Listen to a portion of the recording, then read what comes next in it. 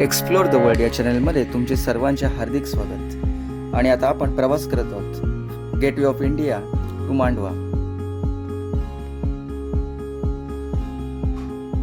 मुंबईवरून जर आपण अलिबागला रस्ता मार्गाने जर आपण गेलो तर पोहोचायला जवळजवळ 3 तास लागतात. परंतु आपण समुद्र मार्गाच्या विविध पर्यायांचा विचार केला तर हाच प्रवास 3 तासाच्या ऐवजी फक्त 1 तासामध्ये पूर्ण होऊ शकतो. आणि त्यासाठी आपल्याला वेगवेगळ्या प्रकारच्या फेरी बोट सर्व्हिस उपलब्ध आहेत. उदाहरणार्थ मालदार, त्याचबरोबर अजंठा आणि एवढंच नव्हे तर PNP. तर या मार्गाचा म्हणजेच फेरी मार्गाचा जर आपण वापर केला तर आपला हा प्रवास जो आहे 3 तासाच्या ऐवजी फक्त 1 तासामध्ये होऊ शकतो. जर तुमच्याकडे 4 व्हीलर असेल किंवा तुमच्याकडे 2 व्हीलर असेल आणि ती जर अलिबागला आणायची असेल तर MTM फेरी म्हणजेच रोरो चा वापर जर केला तर आपल्याला चांगल्या प्रकारे खूप कमी वेळामध्ये आपण हा प्रवास करू शकतो.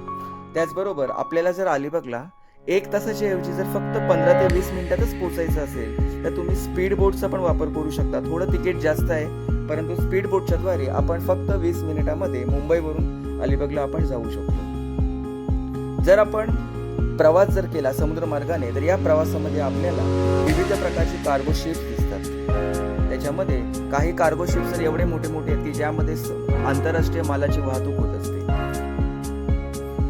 आता व्हिडिओमध्ये तुम्ही पाहतात ते म्हणजे त्याला MTM असं वेबसाईटवर लिहिलेलं आहे किंवा त्याला M2M म्हणजेच Mumbai to Mandwa ferry boat किंवा याला रोरो असंही याला म्हटलेलं आहे.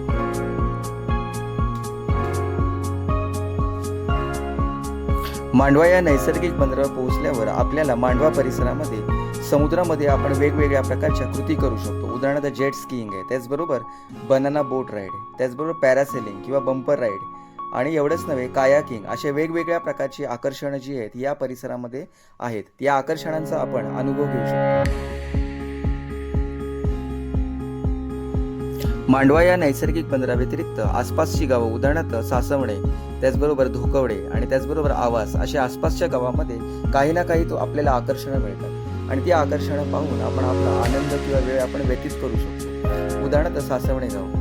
सासवणे गावामध्ये आपल्याला एक करमरकर नावाचे एक चांगले म्युझियम बघायला मिळते.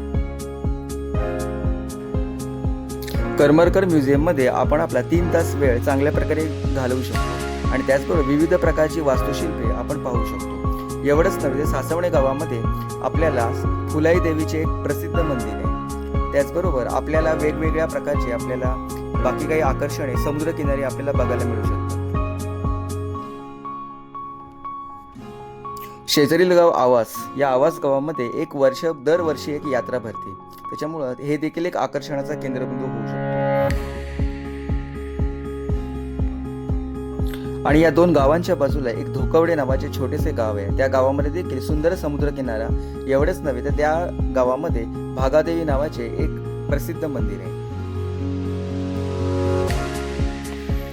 रस्ते मार्गाने जर आपण थोडेसे पुढे आलो तर आपल्याला चोंडी फाटा लागतो. चोंडी फाट्यापासून उजव्या बाजूला किहीम नावाचे गाव आहे आणि या किहीम गावामध्ये एकूण 4 आकर्षणाचे केंद्रबिंदू आहेत. पहिलं म्हणजे सलीम अली की जे बर्ड मॅन ऑफ इंडिया असं म्हटलं जातं, ज्यांचं पक्षी संशोधन केंद्र तुम्ही त्या गावामध्ये भेट देऊ शकता या केंद्राला. एवढंच नव्हे तर काळा भैरव नावाचे अतिशय सुंदर देखणे असे एक मंदिर आहे की त्या मंदिरामधला तुम्ही भेट देऊ शकता आणि दर्शन घेऊ शकता. एवढंच नव्हे तर तुम्ही जर बीचवर जर गेलात तर बीच पासून खांदेरे उंदेरी हे जवळच तिथे एक ठिकाण आहे. खांदेरे उंदेरीला भेट देणं हा देखील तुमच्यासाठी एक वेगळा अनुभव येऊ शकतो. आणि अजून म्हणजे किहीमचा किनारा हा अत्यंत स्वच्छ आणि उत्कृष्ट किनारा आहे. त्याच्यामुळे तिथला बीच जो आहे हा आपल्याला पर्यटकांना नेहमीच आकर्षित करत असतो.